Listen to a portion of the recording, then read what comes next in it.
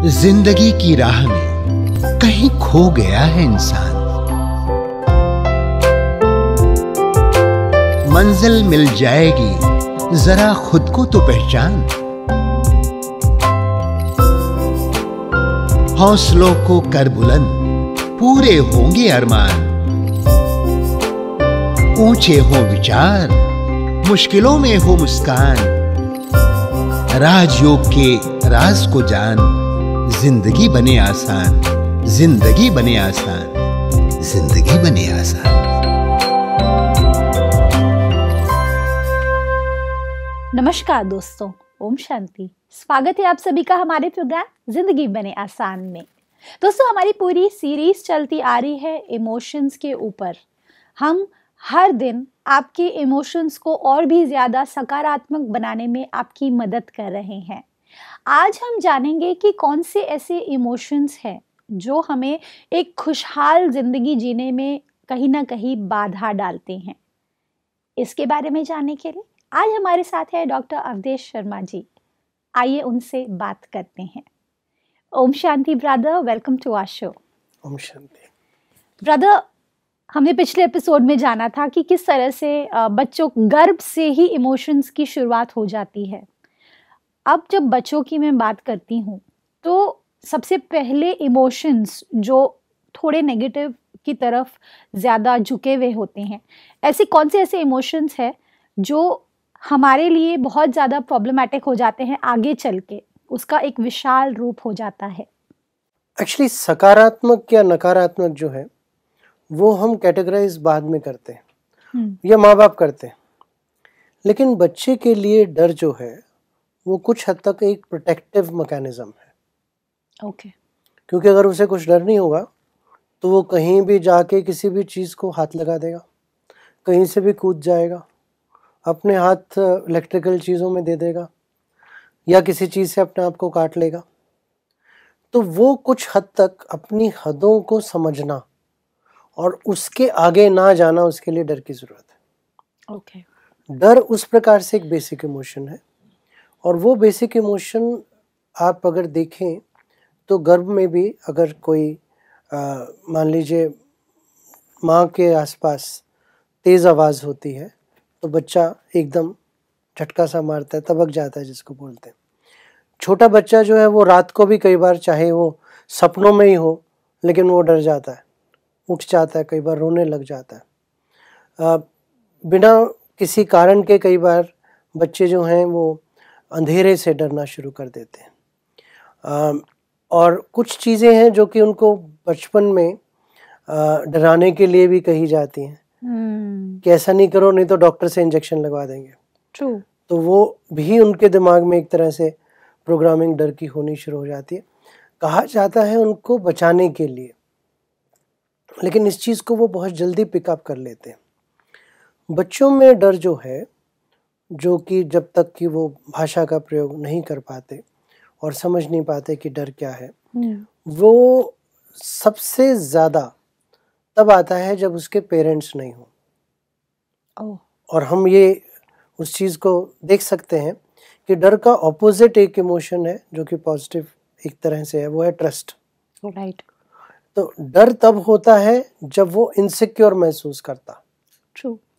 जब उसके आसपास वो लोग हैं जिनके बारे में उसके मन में ये विचार हैं कि वो मुझे किसी भी रूप से प्रोटेक्ट कर लेंगे, बचा लेंगे, मदद कर लेंगे, या वो मुझे वो चीज़ें प्रोवाइड कर देंगे जो मेरे लिए ज़रूरी हैं। बच्चों में दूध सबसे ज़्यादा ज़रूरी है, तो भूख, तो वो जो कम कर देंगे वहाँ पे वो सिक्योर महसूस करता है। लेकिन वो जब चीज़ें नहीं होती तो वो डर का रूप धारण कर लेती। राइट। और फिर धीरे धीरे धीरे धीरे अपने माहौल से कई बार वो सीखता है, कई बार हम उसे बचाने के लिए कि बहुत दूर अकेले नहीं जाओ, राइट, नहीं तो ये हो जाएगा। True. तो वो जो ये हो जाएगा उससे वो डरना शुरू हो जाता है। अलग अलग कल्चर में कभी ये है कि चोर उठा के ले जाएगा या चोट लग जाएगी, जो भी कहा जाता है। तो वहाँ से डर की शुरुआत होती है। लेकिन धीरे धीरे, क्योंकि एक बहुत स्ट्रॉन्ग इमोशन है, और स्ट्रॉन्ग इमोशन इसलिए है ताकि इंसान उससे अपने आप को बचा पाए। ट्रू। तो इस कारण से जिस भी जगह पे उसे वो इमोशन थोड़ी सी भी महसूस होती है, वो उससे बचने की कोशिश करता है। और ये जो बचने का प्रोसेस है, ये कई बार फोबिया में बदल जाता है। ओह, फोबिया का मतलब है कि डर का उस हद तक होना कि हम उस सिचुएशन से अपने आप को अवॉइड करते हैं। ओके, और अगर हमें उस सिचुएशन में कोई डाल देता है तो हम बहुत ज़्यादा कष्ट महसूस करते हैं। राइट, और धीरे धीरे धीरे धीरे उससे जुड़ी हुई सिचुएशन से भी हम अपने आप को विड्रॉ करना शुरू कर लेते हैं। Oh, that's called phobia. That's called a phobia. Okay, और फोबिया जो है वो बहुत छोटे बच्चों में भी पाया जा सकता है। और कई बार फोबिया जो बचपन में शुरू हुआ वो सालों साल बल्कि कई बार पूरी ज़िंदगी तक चल सकता है। और इस वजह से कई बार हम देखते हैं कि कुछ लोग पानी में जाना या स्विमिंग अवॉइड करते हैं, कुछ लोग हाइट से उनको फियर होता है, कुछ लोगों को आग से फियर होता है, कॉकरोच से फियर होता है, एग्जैक्टली। कुछ को कई तरह के इंसेक्ट से फियर होता है। तो ये अलग अलग प्रकार के फियर्स हैं जी। और बाद में कुछ लोगों को लोगों से बात करने में फियर होता है, जिसको कि हम सोशल फोबिया कहते हैं। राइट। तो वो जो बचपन के डर हैं जिसमें कि उसको इनसिक्योर महसूस हुआ, इनसिक्योरिटी भी जो है वो डर का ही एक दूसरा रूप है कि जब आप अपने आप को उस स्थिति में पाते हैं जहाँ पे कि आपको ट्रस्ट नहीं है कि आपको पूरी तरह से बचा लिया जाएगा या उस स्थिति से निकाल लिया जाएगा, तो वहाँ पे आप अपने आप को इनसिक्योर महसूस करना शुरू करते हैं। एब्सोल्युटली। तो वो जो एक इनसिक्योरिटी है वो अलग अलग रूप में बचपन से लेके अगर देखें तो जैसे जैसे जीवन बढ़ता है वो अलग अलग रूप में आती है। ट्रू ब्रदर, मैंने जितना आपकी बात को समझा है उसके हिसाब से फियर जो है ये एक ऐसा प्राइमरी इमोशन है जो डिफेंस मैकेनिज्म के तौर पर हमारी ज़िंदगी में आता है। कई बार ऐसा देखा गया है मैंने कि डर जब हम बड़े हो जाते हैं, जब डर आता है, कोई भी तरीके का फियर आता है, सपोज मैं इंटरव्यू देने जा रही हूँ और इंटरव्यू में जाने से पहले मुझे नर्वसनेस हो रही है, मेरे हाथ में पसीना आ रहा है और मैं शायद बहुत ज़्यादा नर्वस हूँ। लेकिन कुछ लोग जो इंटरव्यू पास करते हैं वो उसी बेसिस पे पास करते हैं क्योंकि उन्होंने उस डर को यूज़ करके, उसे चैनलाइज करके, उसी डर के ऊपर जा कर के उस चीज़ पर जीत हासिल की होती है। तो ये जो विनर्स है ज़िंदगी के, उन लोगों की ज़िंदगी में भी तो डर आता है, तो उनमें और जो फेल हो जाते हैं उस इंटरव्यू में, उनमें इन दोनों में क्या अंतर है? देखिए, डर के क्योंकि रूप अलग अलग हैं और ये भी फिर डिपेंड करता है कि वो कितनी देर तक रहा, किस लेवल तक रहा और उसके बारे में हमारे मन में क्या फीड रही। फॉर एग्जाम्पल, अगर किसी छोटे बच्चे को कहें कि तू नहीं पढ़ेगा तो अच्छे नंबर नहीं आएंगे, अच्छे कॉलेज में नहीं जा पाएगा, तेरे को खाने को भी नहीं मिलेगा, तो हमने उसका जो एक बेसिक फियर था ज़िंदगी का कि भूख लगी और कुछ मिला नहीं, वो फियर को इवोक किया। राइट।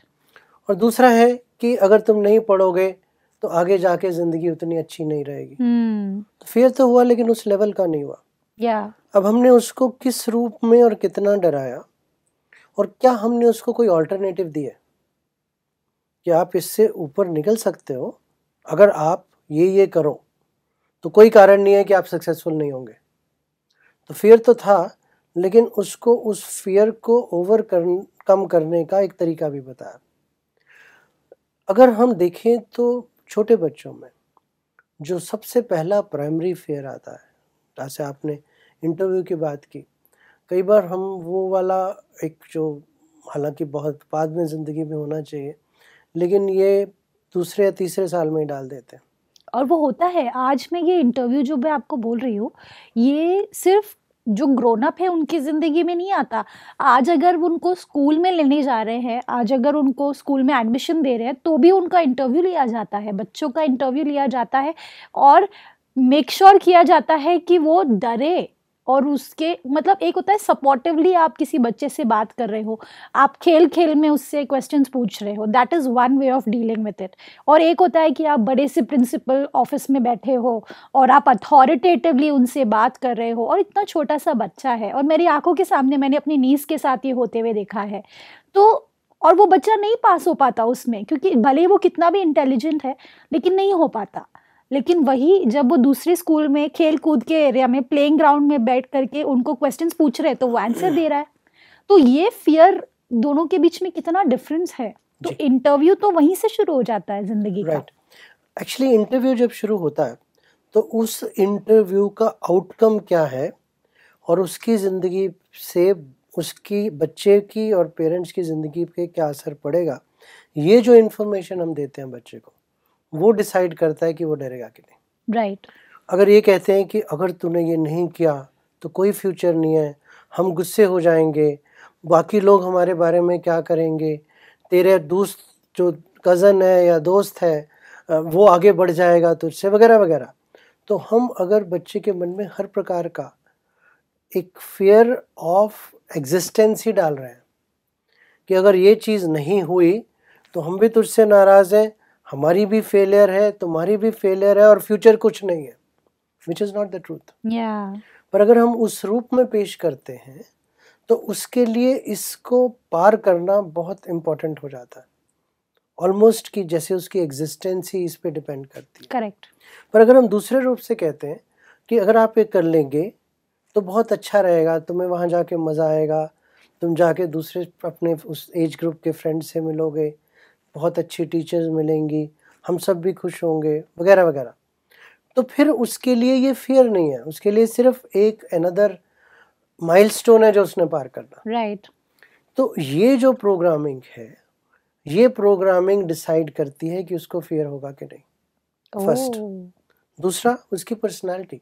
कई बार हम ये भूल जाते हैं कि हर बच्चा अलग अलग चीज़ को अपनी पर्सनालिटी के हिसाब से अलग रूप से लेगा। कुछ बच्चे हैं जो कि जब आप उन्हें कहते हैं कि आपको बहुत अच्छा करना है तो उससे मोटिवेट हो जाते हैं। कुछ बच्चे हैं जिनको अगर आप बहुत हाई टास्क रख देते हैं तो वो उसको अचीव नहीं कर पाते, घबरा जाते हैं।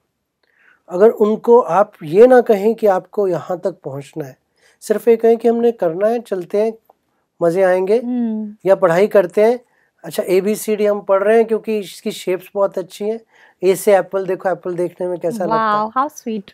So when that happens, honestly मैं बच्ची नहीं हूँ अभी, लेकिन मुझे भी कितना एक्साइटिंग लग रहा है ये सुनने में। तो बच्चों को तो कितना एक्साइटिंग लगेगा ये। This is such a new way of teaching. But actually at the same time हर बच्चे के फियर को समझ के पेरेंट्स और उसके आसपास वाले लोग चैनलाइज कर सकते हैं। राइट। हम अनफॉर्चुनेटली इन हर छोटे छोटे पड़ावों को जिंदगी का लास्ट पड़ाव समझ लेते हैं। राइट। तो वो जो फियर पेरेंट्स महसूस करते हैं वही अपने बच्चे पे डायरेक्टली रिफ्लेक्ट करते हैं और उसी कारण से फिर वो फियर आगे बढ़ने शुरू हो जाते हैं। अब मान लीजिए बच्चा किसी स्कूल में चला गया और हमने उसको कहा कि देखो बहुत महंगा स्कूल है, यहाँ पे सिर्फ इस तरह के बच्चे आते हैं, अगर आप ऐसे नहीं बनोगे तो आप फेलियर हो गए। अब आपने शुरू से अब एक कैरेट एंड स्टिक जैसा होता है, इसमें सिर्फ स्टिक रखती, तो वो हर समय उस पर रिफ्लेक्ट करता रहता है कि मैं उस हद तक पहुँचाऊँ कि नहीं। प्लस जो उसने अगर बचपन में एक सिक्योरिटी भी पेरेंट्स से महसूस की है तो उसे ये फीलिंग कि अगर मैं ये नहीं करूँगा तो मेरी वो सिक्योरिटी चली जाएगी। ये तो कुछ भी नहीं है डॉक्टर साहब। मैंने ये तक सुना है लोगों को बोलते हुए कि इतनी महंगी स्कूल में आपको डाला है हमने आप पे इतना खर्चा किया है, you better get good marks. तो मतलब कोई एहसान तो नहीं कर रहे आप बच्चों के ऊपर में कि आप इतना पैसा डाल रहे हैं आपके बच्चों की। तो उनके लिए आपकी फ़र्ज़ बनती है कि आप अपने लेवल, जो भी आपकी लेवल है उस लेवल तक आप बच्चे को कंट्रीब्यूट करें। तो ऐसे भी पेरेंट्स मैंने देखे हैं ज़िंदगी में। तो ये तो इट्स वेरी बैड। देखिए एक्चुअली क्या हुआ है कि कई बार ये फियर्स जो है ना जनरेशन्स में चलते हैं। अच्छा। जो पेरेंट्स ने अपने बचपन में देखा और जो उनके फियर्स रहे, अब वो ऑटोमेटिकली उन फियर्स को आगे पास ऑन कर रहे हैं, उसकी लेवल चाहे कहीं और पहुंच जाए। बट अगर हमने अपनी दिशा को बदलना है तो किसी ना किसी को ये समझ के कि उसका बच्चे पे या परिवार पे क्या असर पड़ रहा, और उसकी वजह से उसकी मोटिवेशन नहीं बढ़ रही है, और अगर मान लीजिए मोटिवेशन बढ़ भी गई और वो स्ट्रेसफुल होके नंबर ले भी आया, लेकिन वो दुखी है और हर समय डर में है कि मेरे साथ वाला मेरे से 2 नंबर आगे ना बढ़ जाए, तो वो मज़ा भी नहीं आया उसको ज़िंदगी में। तो उस चीज़ के बीज को अगर हम नहीं डालें फियर के, तो एक्सपीरियंस ये कहता है अब कि chances of somebody performing much better are higher. अच्छा, क्योंकि आप मोटिवेशन के साथ चल रहा है। मोटिवेशन फियर से कभी नहीं हो सकती। एक मोटिवेशन जो कि प्यार से है, या मोटिवेशन क्योंकि आप अपनी हाईएस्ट पॉसिबल अचीवमेंट करना चाहते हैं, वो हमेशा हायर रहती है देन जस्ट फियर। ट्रू। क्योंकि फियर और इनसिक्योरिटी, जैसे जैसे आप बड़े होंगे, अब वो बच्चा सिर्फ अगर एक छोटी सी जगह में है तो 100 बच्चों से compete कर रहा है, अब वो थोड़ी सी बड़ी जगह में आएगा तो जैसे जैसे क्लासेस आगे बढ़ेंगी तो वो फियरफुलनेस उसकी बढ़ती जाएगी। प्लस इस दौरान में अगर हम अर्ली चाइल्डहुड की बात करें या लेट टीन्स की भी अगर बात करें, तो जो टीन्स हैं उनमें और तरह के फियर्स भी आने शुरू हो जाते हैं। Fears about their looks, fears about their background, कि दूसरे बच्चे जो हैं उसके पेरेंट्स के पास ज़्यादा है, मेरे पास नहीं है, या दूसरे बच्चे जो हैं वो स्मार्ट हैं, कई बार लैंग्वेज का भी फ़र्क आना शुरू हो जाता है कि मैं हिंदी में पढ़ता हूँ या इंग्लिश मीडियम में, स्कूल, या उस चीज़ का भी फ़र्क आना शुरू हो जाता है। तो वो जो फियर्स हैं वो कई बार उसकी पर्सनालिटी को आगे नहीं बढ़ने देते। वहाँ पे ये चीज़ को समझ के कि हाँ, हमें अपनी ज़िंदगी में इम्प्रूवमेंट करने के लिए मोटिवेशन चाहिए, लेकिन हर जो चीज़ जिसमें कि मुझे अपनी सेल्फ एस्टीम कम लगती है या मुझे सिर्फ फियर मोटिवेट कर रहा है, वो बहुत ज़्यादा देर तक नहीं चलेगा। ट्रू। और उसी कारण से फिर वो जो फियर से और जो उसके रिश्तेदार हैं वो आने शुरू होते हैं, क्योंकि मैं फियरफुल हूँ किसी और को लेके, उसके कुछ गुणों को लेके या उसकी पर्सनालिटी को लेके, तो मुझे जेलसी होनी शुरू होती है। उसके बारे में फिर बात करेंगे ज़रूर ज़रूर। लेकिन वो जो फियर है वो एक बेसिक चीज़ है जिससे और चीज़ें होनी शुरू होती हैं। एंड देन आपके नंबर कितने आए 12वीं में, वहाँ पे ये जो बात आती है कि ये ज़िंदगी का एक मौका है, इस मौके के बिना और कुछ नहीं होने वाला। अगर आप इस कॉलेज में इस कोर्स में नहीं गए तो आपकी पूरी की पूरी ज़िंदगी सील्ड है, आप एक डिब्बे में ही बंद होकर रह जाओगे। और यहीं पर बात आती है डेडलाइंस की। पेरेंट्स अपने बच्चों को बोलते हैं कि आपको सपोज 91% लाना है। अब बच्चे को प्रेशर रहता है, जब एक डेडलाइन दे दी जाती है कि ये आपका पॉइंट है जहाँ पे आपको अचीव करना है, इसके साथ में एक प्रेशर भी आता है। कई बार ये प्रेशर भी फियर क्रिएट करता है। अगर उन्हें 89% भी आए तो भी वो अपने पेरेंट्स को फेस करने में डरते हैं। उन्हें लगता है कि मैं फेल हो गया। उनके लिए 89% इज नथिंग। क्यों? क्योंकि हमने वो प्रेशर को, उस डेडलाइन को इतनी इम्पोर्टेंस दे दी होती है। तो जिंदगी में ये जो पेरेंट्स कर रहे हैं कि ये जो डेडलाइंस हम क्रिएट कर रहे हैं, ये भी किस हद तक सही है? क्या वो उन्हें मोटिवेट कर रहा है या क्या उन्हें वो हताश कर रहा है? ये भी हमें तय करना है अभी।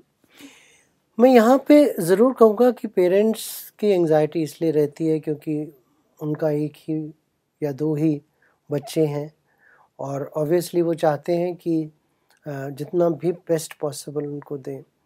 लेकिन उसी के साथ साथ सिर्फ पेरेंट्स ही नहीं, समाज भी, स्कूल्स भी, जो एजुकेशन सिस्टम है वो भी, वो सारा ये कहता है कि अगर आप इस चीज़ में ठीक नहीं हो, और ठीक की परिभाषा भी बदलती जाती है। So true. किसी और यूनिवर्सिटी से उतने परसेंटेजेस ठीक हैं, किसी दूसरी यूनिवर्सिटी में उतने नहीं हैं। दिल्ली यूनिवर्सिटी में 99% की ज़रूरत है किसी भी कोर्स में आने के लिए, कितनों के आ सकेंगे? So true. तो अगर आपने ये एक फियर पैदा किया कि अगर आप उस कॉलेज में इस कोर्स में, जो कि सिर्फ 30 या 40 लोग होंगे, नहीं आए तो आपकी ज़िंदगी बर्बाद है। So true. तो जो लाखों और बच्चे हैं, इसका मतलब उनकी ज़िंदगी बर्बाद है। Exactly. तो ये जो है, और प्लस उसको हम कई बार ना उस फियर को एक अलग रूप में प्रत्यक्ष करते हैं। न्यूज़पेपर स्टोरीज, टेलीविज़न शोज़, उस एक बच्चे के बारे में जिसने ज़िंदगी में इतने % नंबर लेके आए, और बाकी जिन्होंने कुछ किया उसके बारे में कोई बात नहीं। तो वहीं से एक नेक्स्ट फेज़ की शुरुआत होती है फियर की, कि अब मैं किस कॉलेज में आ गया अगर, तो उस कॉलेज में भी मुझे बेस्ट बनना है। तो आप देखिए कि लाखों में से कुछ हज़ारों में से कुछ सौ में से कुछ थोड़े से डजन्स, उतनों में जाके अगर मैं हूँ तो मैं ठीक हूँ, नहीं तो नहीं हूँ। तो बाकी जितने भी लोग हैं उनका फियर चलता रहता है। So true. और उसी के साथ साथ इस उम्र में, एडोलेसेंस में कह लीजिए या अर्ली एडल्टहुड में भी, आप साथ ही साथ जूझ रहे हैं अपने दूसरे फियर्स के साथ। बॉडी में चेंजेस हो रहे हैं उन फियर्स के साथ, रिलेशनशिप्स ठीक चल रही है कि नहीं उन फियर्स के साथ, माँ बाप के साथ समय बिताना थोड़ा सा कम हो जाता है, वो रिलेशनशिप कैसी चल रही है उस फियर के साथ। 2-3 साल में आपको किसी जॉब को करना है, उसका एक पैकेज इतना होना चाहिए, नहीं तो आप सक्सेसफुल नहीं है, राइट। उस फियर के साथ। और उस फियर में चलते हुए आप हर चीज़ में बेस्ट रहो। ये कोई टेलीविज़न शो या कोई इंटरनेट पे जो सक्सेस स्टोरी है वो आपको बताती है। तो इन सब चीज़ों के साथ जीते हुए और फियर्स के साथ जीते हुए, और अगर आपकी सालों की एक प्रोग्रामिंग है जिसमें फियर एक डोमिनेंट फैक्टर है, तो फिर वो इकट्ठा होता रहता है। So true. और इकट्ठा हो के किसी स्टेज पे वो या तो दूसरे इमोशंस के रूप में निकल के बाहर आता है या अपने ऊपर आता है। और जब अपने ऊपर आता है तो वो या तो कई बार उन रिलेशनशिप्स में जिसमें कि कोई मीनिंग नहीं है, पर क्षणिक आपको लगता है कि कुछ देर के लिए हाँ मुझे कोई एक्सेप्ट कर रहा है, और आप उसमें फंस जाते हैं। या उन सब्सटेंसेस के अंदर जिसमें कि कुछ देर के लिए आप अपने आप को भूल जाते हैं, तो आपको प्रेशर्स या फियर्स भी याद नहीं रहते। या कई बार आजकल, और ये ट्रेंड बड़े शहरों में देखने को मिल रहा है, कि इस उम्र में लोग सब कुछ छोड़ देते हैं कि अच्छा ठीक है, मेरे पेरेंट्स हैं, मेरे पेरेंट्स मेरा ध्यान रखेंगे ज़िंदगी में, मैं तो मौज मस्ती करूँगा। सो दे स्टार्ट विड्रॉइंग। और वो एक जो मुकम्मल इंसान अपनी प्रतिभाओं के साथ बन सकते हैं, उस फियर से ना जूझने के कारण या उस फियर में ना फंसने के कारण वो विड्रॉ कर जाते हैं। और उस कारण से जो इस उम्र में एक बेसिक उम्र का टास्क समझा जाता है कि एडल्ट होते हुए आप सारी स्किल सीख गए हैं ज़िंदगी की, जिसमें काम करने की भी स्किल है, अपने परिवार के साथ चल पाने की भी स्किल है, दूसरों के साथ रिलेशनशिप बना पाने की भी एक स्किल है जी, सोसाइटी को कुछ दे पाने की भी स्किल है। वो सारी स्किल्स जो हैं वो इधर उधर घूमनी शुरू हो जाती हैं और किसी एक मुद्दे पर लोग फंसना शुरू कर देते हैं। डॉक्टर साहब, ये तो मैं समझ चुकी हूँ कि फियर हमारे लिए किस हद तक हानिकारक है, बचपन से लेकर बड़े होने तक। लेकिन सॉल्यूशन के तौर पर आपका क्या राय है कि किस तरह से हम इस फियर से बचें? वैसे जो आपने कहा बड़े होने तक, और मैं तो समझूंगा कि अभी हमने सिर्फ यंग एडल्ट की बात की है, 20 से 25, उसके बाद के कई फियर्स हैं। Exactly. और स्पेशली आजकल के समय में जब लोग 65-70 साल की उम्र को जीते हैं, तो एक बहुत लंबा एक पीरियड है, उसको आगे बात कर सकते हैं। देखिए, जो मेरी प्रतिभाएं हैं उन प्रतिभाओं को मैं 3 से 5% ही इस्तेमाल करता हूँ। अच्छा। जो मेरे माइंड की कैपेसिटीज़ हैं, अगर मैं उन कैपेसिटीज़ को उस चीज़ में जिसमें कि मेरा रुझान है उसकी तरफ लगाता हूँ, और मान लीजिए थोड़ा सा भी सो कॉल्ड सक्सेसफुल बनता हूँ, और वहाँ पे मेरे ख्याल से हमें ये भी बात करनी पड़ेगी सक्सेस की परिभाषा क्या है। राइट। सक्सेस की परिभाषा इतना बड़ा पैकेज वो नहीं है, क्योंकि उसमें भी अब देखने में आया है कि वो पूरी ज़िंदगी कई बार नहीं चल सकता। बट अगर मैं सक्सेसफुल व्यक्ति, यानी वो जो कि कमा भी रहा है, समाज को भी दे रहा, अपने अंदर भी खुश है, दूसरों को भी खुश रख पाता है, और जो कर रहा है वो निष्ठा के साथ कर रहा है, और उसको एक इस रूप में कर रहा है कि शाम को जाके उसको लगता है कि मैंने कंट्रीब्यूट किया। राइट। तो अगर हम उस दिशा में बढ़ेंगे तो बचपन में ही प्रेशर्स डालने के बजाय किस रूप से हम उसकी प्रतिभाओं को एक दिशा दे पाएंगे, अगर ये खुद में पहले अप्लाई करना शुरू करें, खुद में जहाँ हूँ जैसा हूँ उसे एक्सेप्ट करके क्या बेटर कर सकता हूँ ये सोच के अगर बच्चों में उस माहौल को देना शुरू करेंगे तो मेरे ख्याल से डर से हटकर सिक्योरिटी की ओर जाना शुरू कर देंगे। वाओ, आई थिंक ब्रदर आज की जो हमारी जर्नी रही है, मैंने खुद पर्सनली भी काफ़ी मैं ग्रो की हूँ, बिकॉज मुझे ऐसा लगता है कि मेरा भी एक बचपन रहा है। हर एक की ज़िंदगी में एक पास्ट होता है जिससे हम धीरे धीरे डेवलप होकर एक ह्यूमन बीइंग बनते हैं, और वही तय करता है कि हम किस तरह से सक्सेसफुल बनेंगे ज़िंदगी में। आज हमने कई सारे फियर्स के साथ डील किया और उसमें से बाहर निकलने का सोल्यूशन भी ढूंढा। All thanks to you. Thank you so much brother, thank you for your valuable time. My pleasure, thank you. दोस्तों, आज के एपिसोड में हमने जाना कि अगर हम अपने टैलेंट्स को पूरी तरह से यूज़ नहीं कर पा रहे हैं तो कहीं ना कहीं इसका कारण डर है। अगर इस डर से आगे आप बढ़कर ज़िंदगी को सामना करेंगे तो सफलता आपका इंतज़ार कर रही है। अगर आपकी कोई भी कमेंट्स है या कोई भी तरह के सवाल है जो आप हम तक पहुंचाना चाहते हैं तो हमारा फेसबुक पेज ज़िंदगी बने आसान पर आप हमारे साथ कांटेक्ट में आ सकते हैं। ओम शांति। अधिक जानकारी के लिए संपर्क करें। जिंदगी बने आसान, Brahma Kumaris Godlywood studio, Shantivan, Abu road. Call 80949134887।